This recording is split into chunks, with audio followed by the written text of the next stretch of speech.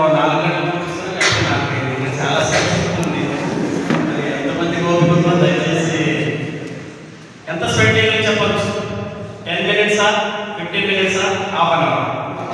ఎందుకంటే చాలా మంది అభిప్రాయాలు చెప్పేవాళ్ళు ఉన్నారు. మీటింగ్ తర్వాత అభిప్రాయాలు చెప్పేవాళ్ళు చాలా మేధావులు ఉన్నారు. ఇలాంటి రోజులు రావు.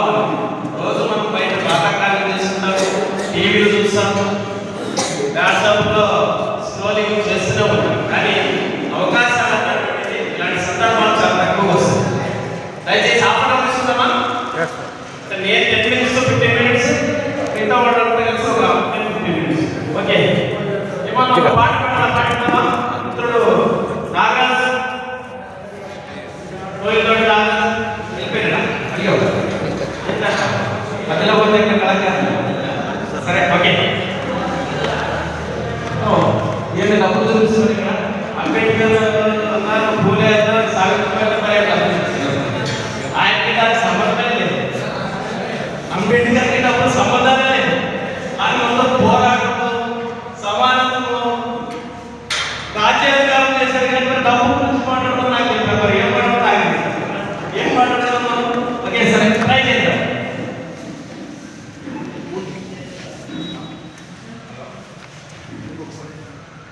ఓకే, డాక్టర్ బిఆర్ అంబేద్కర్ గారు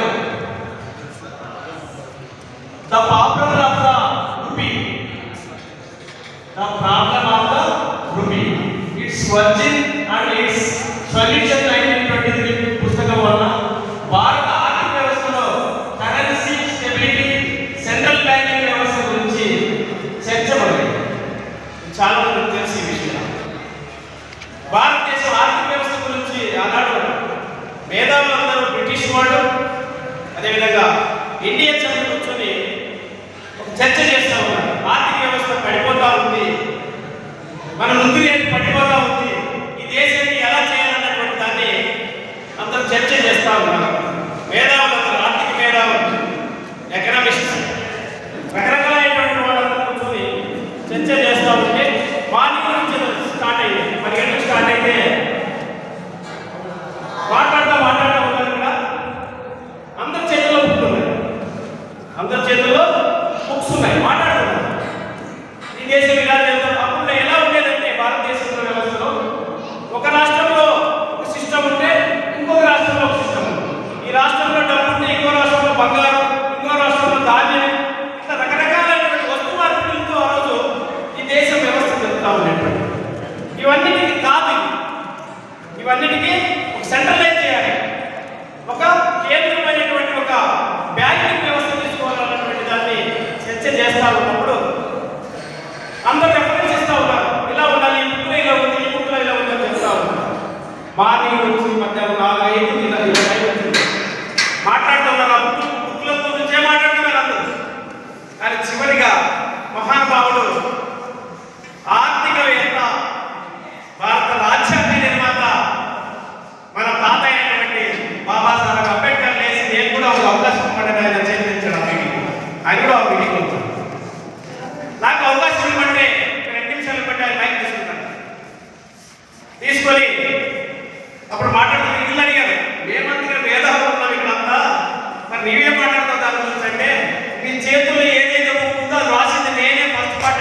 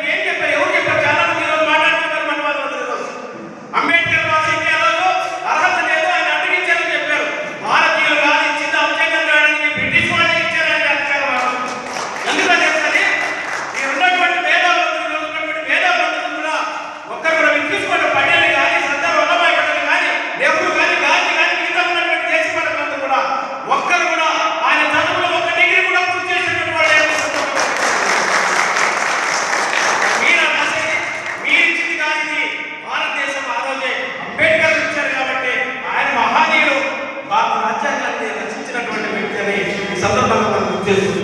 ఆ రోజుల్లో ఆయన ఆర్బీఐ ఏర్పాటు చేయడం. ఏం ఏర్పాటు చేశాడు? ఆర్బీఐ ఏర్పాటు చేయడం.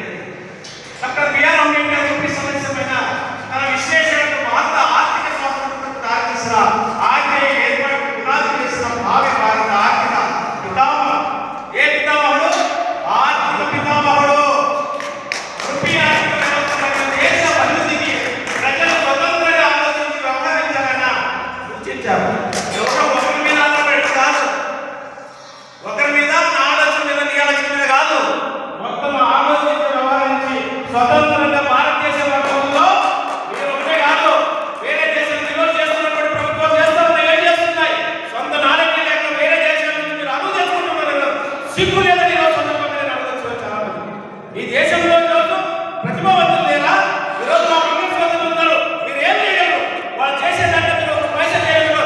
ఉన్నంగా గీసి గంచున్నా గంటున్నా గీసి అది ప్రతిభ కాదని సందర్భంగా ప్రతిభరిస్తున్నారు.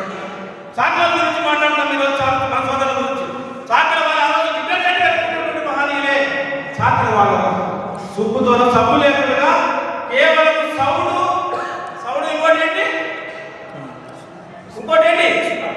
సౌడు సున్నం కలిపి బట్టలు ఉతికి నేర్పినటువంటి మహనీయులు వాళ్ళు. నైపుణ్యత కాదని సందర్భంగా కానీ సీనియర్ దండ మాట్లాడుతుంది కానీ నాకు తక్కువ